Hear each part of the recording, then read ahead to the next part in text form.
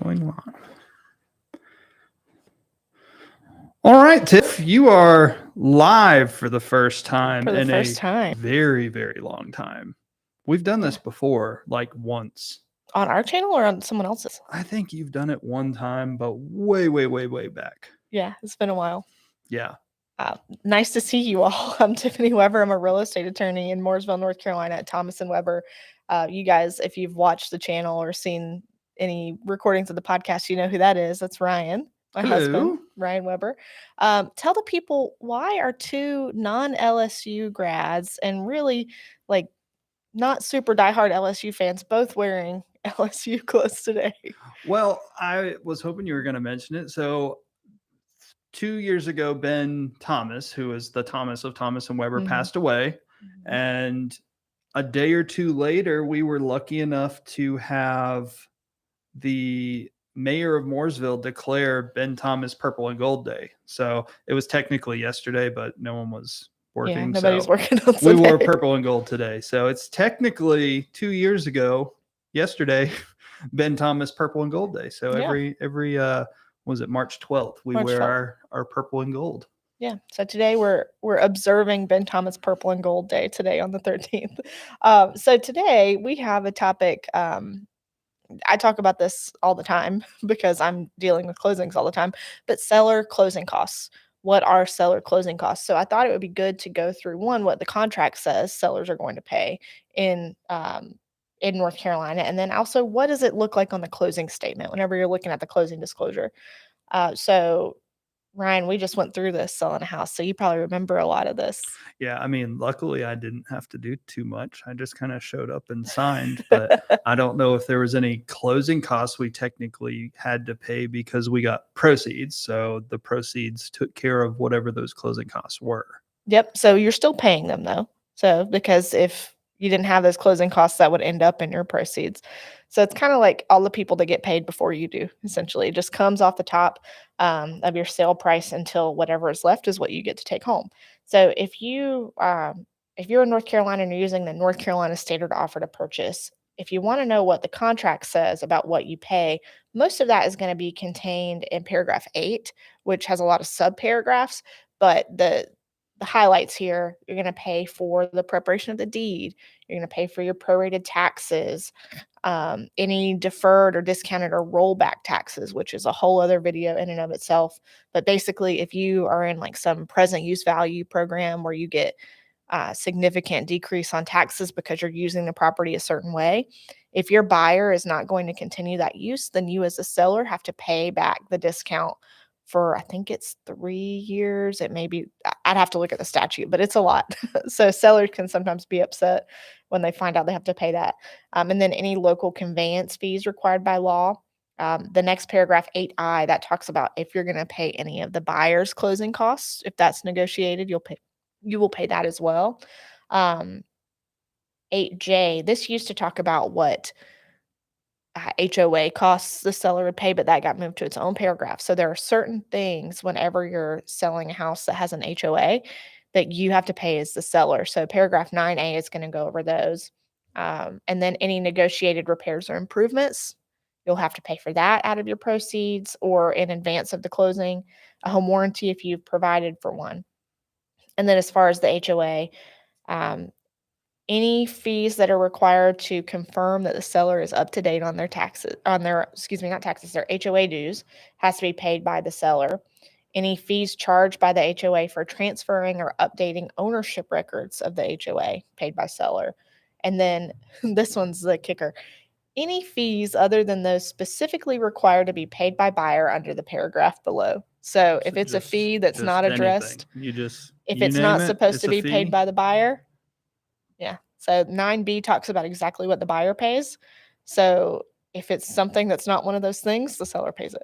Yeah. I think a big thing that people don't know or don't realize when they're going to purchase a house, especially first-time home buyers, is using a real estate agent. The seller theoretically and technically pays the real estate agent commissions. So typically, and I think the realtors are starting to change it a little bit, but typically in the past, it's been 6%. 6% of the sales price would be going to commissions. And then the agents would split it 3 and 3, 3% for the buyer's agent, 3% for the seller's agent. And that 6% all is paid by the seller. And most people don't know that. They just think, I pay my real estate agent a commission. Well, no, the seller pays both real estate agents commissions. Yeah. So that is good point. That's one of the seller's closing costs. And yeah, and that's paid at closing. At closing, right. So you don't pay that in advance. And I also see sellers confused a lot of times when they see them on the closing statement that they're paying both commissions. They say, why isn't the buyer paying their own agent? Look at your listing agreement. You're paying a commission for the sale of your house. And then it essentially the listing agreement defines that it can be split between the other. They can decide to split it with the other agent. So, if you've agreed to pay 6%, then who gets paid that 6% can be broken down a little bit further than just to your agent. So let's talk about the closing disclosure itself and kind of where you see these charges on the closing disclosure. The seller's closing disclosure is a lot more simple than the buyer's closing disclosure. It's only 2 pages. And on page 1, you're going to see section M. That's got basically all the money you are owed. That's like your sale price and then any fees that you paid in advance that are getting prorated back to you. Like, for example, we bought a house in January. Our seller had paid the HOA dues for the first half of the year, so we had to pay them back for the portion of that time that we own the property. So you would see sale price and then prorations. If tax bills had come out and the seller had already paid the taxes, the buyer would be giving the seller a proration back of what portion that the buyer owed. And then section N is basically all the money that you owe. So line 2 usually in that section is a summary line of your closing costs. It gets broken down on the next page. Any payoffs of your loan.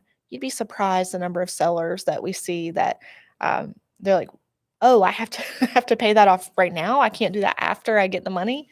No, because once you get the money, there's no way to force you to pay the lender. Yeah. And that stays a lien on the property if they're not paid off. So yes, it will be paid at closing, handled by the closing attorney so that it can be confirmed that the lien is satisfied and the buyer gets clear title. If the sellers have given any credit, so that would be negotiated in the contract. If you agreed to pay any of the buyer's closing costs, that's going to be on here. The due diligence fee is shown on here. And that's because that is a portion of the purchase price that the seller gets paid right away, and they deposit it in their account right away. So to keep the buyer from paying it twice, it gets deducted from the top so that, again, the buyer doesn't pay it twice since it was already paid. Then you'll see any proration of taxes that wasn't addressed, like say the tax bill isn't out yet. Then the seller needs to give the buyer a credit because the buyer will pay the taxes in full when the bill comes out. So you could see taxes in either of those sections. Then down at the bottom of the page, you'll see cash to close due to seller.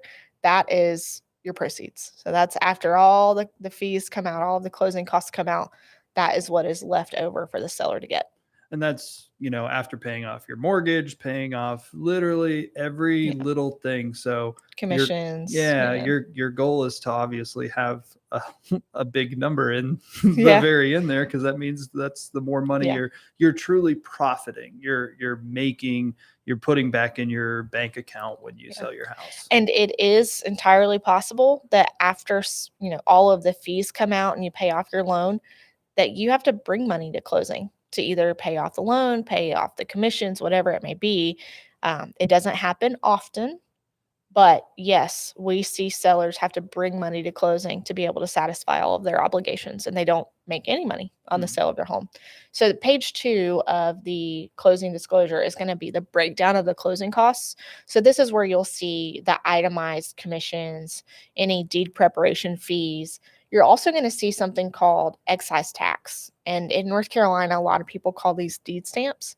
So this is something that you're charged whenever you sell property by the local government. And it's calculated by taking the sale price divided by 500. And that's how you get to that number. Another way to say it is $2 per every 1,000 of the sale price. But I think that's more confusing. So I'll just say sale price divided by 500. And then if you have anything else that, like, say, for example, our house, whenever we were selling it, it was found during the inspections that we had the beginnings of termite. We didn't know. So of course we're going to make that right. We paid for that on the closing statement. Yeah, and that, I think that's an interesting thing that some people don't know of. Like, when you're selling your house, the buyer still has negotiation after being under contract to say, Mhm. hey, now after our due diligence, after our inspections, after our surveys, we found XYZ wasn't correct. Mhm. We want you to make that correct before we move in.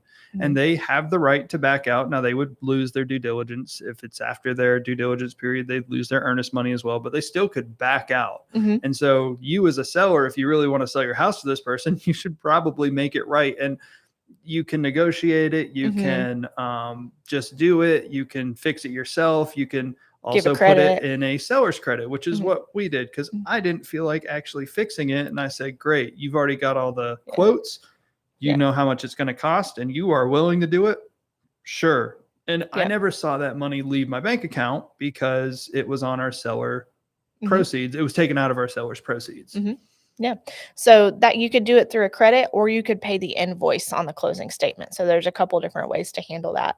And then also, if you have any other documents that need to be recorded, like for example, if you're a seller who's using a power of attorney, you'll pay for that to be recorded so it can be effective. If you have a separation agreement and you're selling and needs to be recorded, you'll pay for that out of your closing costs. So that's not all inclusive of every possible seller closing cost, but that is pretty good overview of what a seller might expect to pay at closing in North Carolina. I mean, I think it's good. You seem to know what you're talking about because you have a contract sitting in front of you that I you're going over. I do have a contract and a closing statement that I am looking at. And I also have, at this point, gone over thousands and thousands of Mhm. closing statements. Um, so I imagine since nobody knew we were going live, there are likely not any questions. We had a few people watching. We literally were testing this out to Yeah. see, like, hey, how do we like going live? And at this point, what we would do is cut the podcast. Like, Mhm. podcast is over. We're not doing our podcast anymore, and we would go to some live Q&A. So those that are watching on our YouTube channel can now ask Q&A. The Yeah. podcast people that are listening, sorry, this would be cut. You'd have to go to our YouTube channel to find Yeah. this Q&A. So the few people that are sticking around here on our YouTube channel, if you have any questions, ask away. As always, Tiff cannot give you a specific legal answer to your legal problem, but she can outline what the law Yeah, we can talk is about and how it general things works. in North Carolina, the North Carolina offer to purchase, but no legal advice. Sorry, guys. Yeah, you could pay for that. Well, that, but also you need to be an engaged client. I can't, if you're going to take a specific action or decide not to take an action based off of an answer to a question I'm about to give, or you ask me a question that you want the answer to so you can decide to do or not do something, guess what? That's legal advice. I can't answer that for you. Yeah. Just so we can have a little practice here. What makes it officially legal advice versus general help? Well, to me, it's are you going to do or decide not to do something based on what I tell you? If you were wanting to know something, But what does the contract say about, or is there anything in the contract about this topic? That would be general. But if you're saying, my buyer did this, what should I do? right. That's legal advice. I think it's the what should I do? Yeah. Now, if you Yeah. want to make an Or informed decision is that a based, breach of contract? Well, yeah, that's legal advice. yeah, I can tell you what a breach of contract is. And if you want to try and make your decision without, having true legal counsel, Oh, I would say, that's no, I can tell you what the contract says is a breach of contract. You need to contact a litigation attorney. right. Yeah. Yeah, Yeah. that it's always a fine line. And we look at our YouTube channel, and all the comments we get is like, my grandmother bought a house in Kentucky, and you're like, well, first off, I cannot help I you in can't help Kentucky. you, but I'm second, licensed in North Carolina only. I can't give you legal advice. Mhm. Like, that is a lawbreaker. Yeah, That's I'm not going to do that's a bad day. that. Well, great, Tiff. I think our first live in a long time. It's my first live since 2020 because when 2020 hit, everyone was trying to get on video and help their people out. So there was a lot of lives Yeah. going. And so this is my first attempt at creating a live video. Since then, if you're looking on the screen, you can see my desk. It's just covered in camera gear stuff. Well, But I think you did great. me looking at it on screen, I think it looks pretty good. I hope it sounds good. We did 5 tests because Yeah. I had to get it set up. And after the 5th test, it seemed to be like I remembered what to do.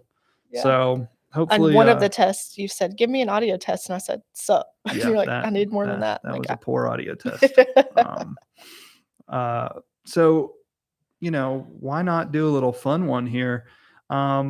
What's your thoughts on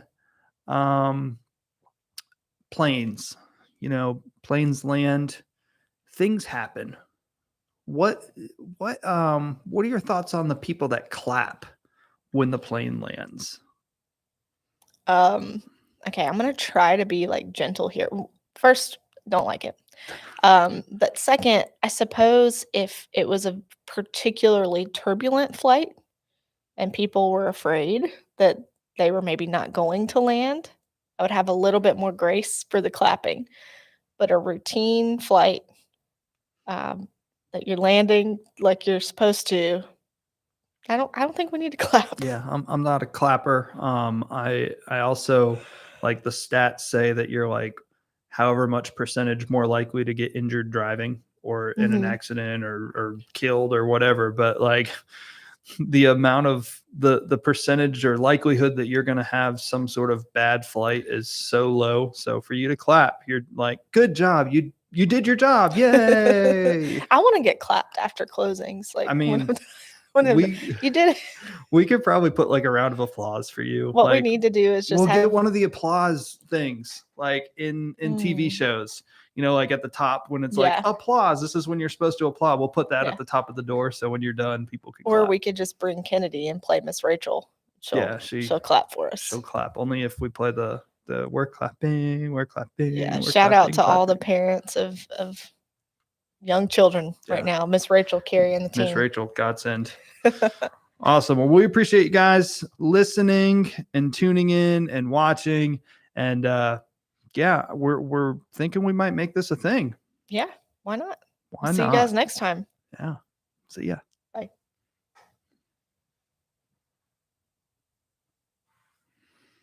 I think that was fine.